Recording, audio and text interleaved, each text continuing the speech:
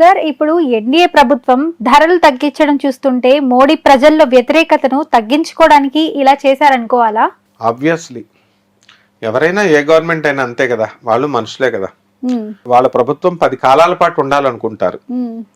అందువలన ఏం చేస్తారు, సీట్లు తగ్గినాయి. కాంగ్రెస్ పార్టీ పుంజుకుంటోంది, క్లియర్ గా కనబడుతుంది, అందరికి మోడీ గారికి కూడా కనబడుతుంది. కాబట్టి ఏం చేస్తారు, ఆటోమేటిక్ గా రేట్లు తగ్గిస్తే పోయారా బాబు వీళ్ళతో ఎందుకు ప్రజలతో అని తగ్గిస్తారు. లేకపోతే నువ్వు స్ట్రైకులు చెయ్యి, ఏమైనా చెయ్యి. ఢిల్లీలో మొత్తం రైతులందరూ కూడా భయంకరంగా కొన్ని నెలల పాటు చేశారు. నేను ఢిల్లీలో ఉన్నప్పుడు చూశాను.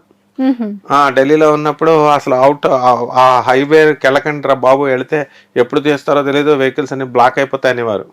అందువలన మేమంతా కూడా, మా స్టూడెంట్స్ అంతా కూడా ఢిల్లీ ఆ రోడ్ల మీద వెళ్ళొద్దరా అంటే వీళ్ళు ఆగ్రాలును మధురాలు తిరుగుతూ ఉండేవారు. వీళ్ళు ఆ హైవే కాపలా కాయలాకి చచ్చేవాళ్ళం. ఆ రైతులంతా కూడా అలాగే చేశారు, కంటిన్యూస్ చేశారు మోడీ గారి మీద వ్యతిరేకతతో. అప్పుడు ఆ ఫార్మర్స్ యాక్ట్ రైతులకి ఇది చేశారండి. హర్యానా నుంచి అక్కడి నుంచి వచ్చే స్ట్రైక్ అన్నమాట. సో ఈ విధంగా జరుగుతూ ఉంటాయి. పాపం మోడీ గారు ఎన్ని మంచి పనులు చేస్తున్నా అందరూ తప్పులు ఎతకడానికి చూస్తారు. లేకపోతే ఏ పార్టీ కూడా ఏమీ పరిపూర్ణం కాదు, వీళ్ళంతా మానవ మాత్రులే కదా. అందువలన కేవలము 100% వ్యతిరేకత తగ్గించుకోవడం కోసమే రేట్లు తగ్గించారు. ఇప్పుడు అలా కాకపోతే ఏమవుతుంది, అప్పుడు మరి రైతులు అంత స్ట్రైక్ చేసినప్పుడు ఎందుకు దిగి రాలేదు ఆయన? కొన్ని విషయాలు మనం అబ్జర్వ్ చేస్తే, ఇప్పుడు ఏదైనా గవర్నమెంట్ ఒక పాలసీని తీసుకుంటే డౌన్ అవ్వదు, దానికే స్టాండ్ అయి ఉంటుంది. ప్రజల నుంచి వ్యతిరేకత బాగా పెరిగిపోతే అమ్మో ఇది మన అస్తిత్వానికే, మన ఎగ్జిస్టెన్స్కే ఇది ప్రమాదం అని అనుకున్నప్పుడు దిగుతుంది గవర్నమెంట్. కాబట్టి ఆ విధంగా ఇప్పుడు ఏంటంటే, ఇది కనుక తగ్గించకపోతే ప్రజలు గ్యారంటీగా కాంగ్రెస్ గుద్దేస్తారు రా నాయన ఎందుకు వచ్చిన గొడవ అని చెప్పేసి ఇప్పటి నుంచి ఆయన తెలివిగా దూరదృష్టితో తగ్గించుకుంటూ వస్తున్నారు. ఇందులో ఏమీ లేదు, ఇదే చిదంబర రహస్యం అనమాట. చిదంబర రహస్యం అంటే ఏముండదు, గుడి అని చెప్పి లోనికి వెళ్ళిన తర్వాత ఒక గుడ్డ తీస్తారు. మనమేమో ఏదో విగ్రహం ఉంటది కదా అనుకుని మనం వెళ్తాం, తీస్తే గోడ ఉంటది, అంతే తెల్ల గోడ. ఇదే చిదంబర రహస్యం అంటాం అనమాట. సో అక్కడ గవర్నమెంట్ ఏంటంటే ట్రాన్స్పరెంట్ గా చేస్తున్నాడు ఆయన. అందువలన ఇది కూడా, ఈ విషయం కూడా ట్రాన్స్పరెంట్ గా మనం చెప్పాలి. కేవలం భయం వల్లనే ఈ రేట్లు గేట్లు అన్ని తగ్గించడం జరుగుతుంది.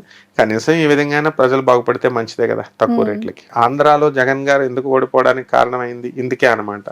ఏంటంటే ఆయన ఇచ్చేదేమో తక్కువ, కరెంటు బిల్లులు మోపెడు అని చెడ్డపేరు వచ్చేసింది. ఎప్పుడైతే కరెంటు బిల్లులు వీటి మీద మాకు ఏదో 3,000 ఇస్తున్నారు, మా దగ్గర కరెంటు బిల్లు 2,000 10,000 వసూలు చేస్తున్నారు, ప్రతి ఒక్కళ్ళు వ్యతిరేకమైపోయారు. అదే విధంగా అలాంటి ఎఫెక్ట్ ఆయన కళ్ళతో చూశాడు కాబట్టి ముందు జాగ్రత్త పడుతున్నారు అనమాట. ఎందుకంటే ఎప్పుడైనా సరే Andhra Pradesh is the central point for politics, which is the political seat of India, political seat of India is New Delhi, cultural seat of India is Calcutta, and business seat of India is Mumbai. అలాగే reformation కి అందరికీ కూడా కనువిప్పు కలిగించడానికి political seat of the entire state ఏంటంటే reformation కేంద్రం ఆంధ్రప్రదేశ్ లో రాజకీయాలే మొత్తం భారతదేశం అంతా కూడా ప్రభావితం చేస్తాయి. ఆనాడు 1975లో ఇందిరాగాంధీని తునాతునకలు చేసి దింపి పడేసి ఎమర్జెన్సీ టైంలో చేసింది ఆంధ్ర వాళ్ళే. మొత్తం మిగతా చోట్లంతా కూడా బాగానే పికప్ చేసుకుంది. ఎప్పుడు ఎలా ఉన్నా సరే అలాగే ఒంటి లెఫ్ట్ చేత్తో ఆయన ఎన్టీ రామారావు గారు పార్టీ పెట్టి తునాతునకలు చేసి పడేసాడు అనమాట. సో సంచలనాలు అనమాట, అన్ని కూడా సంచలనాలే. జగన్మోహన్ రెడ్డి గారు ఆయన వచ్చి ఎమర్జెన్స్, ఆయన ఒక విప్లవాత్మకమైన ఎమర్జెన్స్, అపరచాణిక్యుడైనటువంటి చంద్రబాబు నాయుడు గారిని పక్కన పెట్టేసి ప్రజలంతా ఆయనకు పట్టం కట్టేశారు.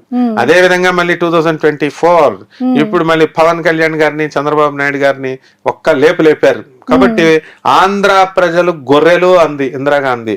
గొర్రెలు కాదు మేము పప్పు అని అంటుంటే, పప్పు కాదు మేము నిప్పు అని లోకేష్ ఎలా నిరూపించుకున్నాడో, ఆంధ్ర ప్రజలు గొర్రెలు కాదు నాయన, మేము వీఆర్ గొర్రెల కాపరి, వీఆర్ గాడ్స్ నాయన అని చెప్పి మీ భవిష్యత్తుని మేము నిర్ణయిస్తామంటారనమాట ఆంధ్ర ప్రజలు.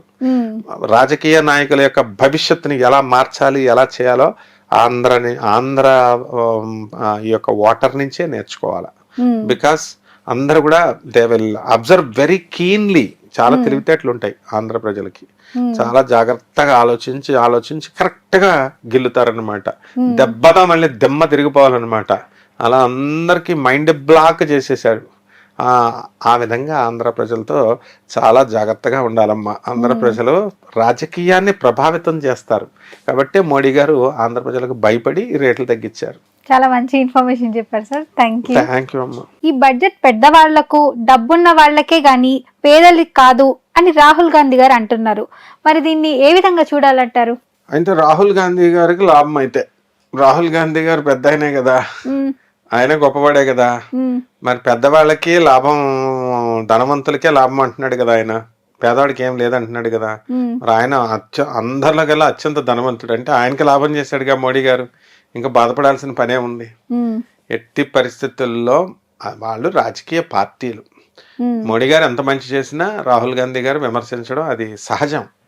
ఎందుకంటే వాళ్ళ పార్టీని అధికారం దించి వీళ్ళ పార్టీ రావాలా, కామన్.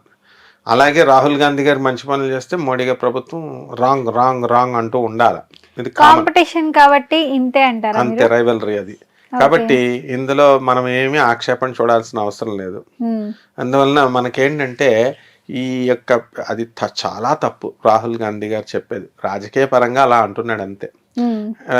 లా అబైడింగ్ సిటిజన్ గా ప్రభుత్వంలో మనం ఒక భాగంగా, మనమే ప్రభుత్వం కాబట్టి మనకు మనమే నిర్వచించుకున్నాం, మనకు మనమే రాసుకున్నాం. పేదవాళ్ళ నుదిట భవిష్యత్తుని మంచిగా రాయడానికే ఈ బడ్జెట్ నిర్మలా సీతారామన్ గారు రాశారు. నిర్మలా సీతారామన్ గారు అందుకే రాశారు. అందుకే ఇది తిరుగులేదనమాట. ఇప్పుడు మనకి గవర్నమెంట్ వచ్చి బ్రిటిషర్స్ వెళ్ళిపోయిన తర్వాత ది బెస్ట్ బడ్జెట్ గా నిర్మలా సీతారామన్ గారు చేసినటువంటిది చరిత్రలో సువర్ణాక్షరాలతో ఈ 2024-25 బడ్జెట్ ఉంటుంది, కావాల్సి చూసుకో.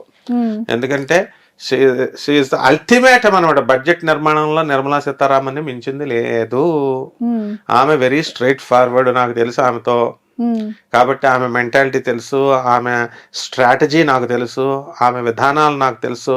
ఎక్కడా నిర్మలా సీతారామన్ గారు ఇంతవరకు ఫెయిల్ అయ్యింది లేదు. కాబట్టి common man common man common man అంటుంది ఆమె. సో కామన్ నౌన్స్ చెప్పిన టీచర్ ఆమె, సర్వనామాలు పిల్లలకు బోధించిన ఆమె. ఆమెకు కామన్ నౌన్ గురించి చెప్పినవాడికి మనం కామన్ పీపుల్ గురించి ఏం చెప్తాం? So she is the legend అన్నమాట. అండ్ మోడీ గారు కూడా పాపం పేదవాళ్ళకి ఏదో చేయాలా రాజర్షి ఆయన. అందుకనే ఆయన చేసే పనులన్నీ కూడా సక్సెస్ అవుతున్నాయి. కాబట్టి అపోహలన్నీ తొలగించేసుకొని ఈ బడ్జెట్ అద్భుతమైనటువంటి బడ్జెట్ 2024-2025 సంవత్సరంలో సువర్ణాక్షరాలతో 100 సంవత్సరాల సువర్ణ చరిత్రలో దీన్ని మించినటువంటి బడ్జెట్ లేదు. నిష్పాక్షపాతంగా అన్బయాస్డ్ గా పెట్టినటువంటి బడ్జెట్.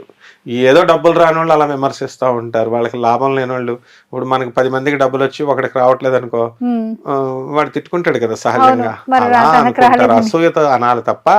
వాళ్ళ హృదయానికి తెలుసు the best budget proposed by Nirmala Sitharaman. Thank you so much sir, చాలా మంచి ఇన్ఫర్మేషన్ ఇచ్చారు మాకు. థ్యాంక్ యూ అమ్మా.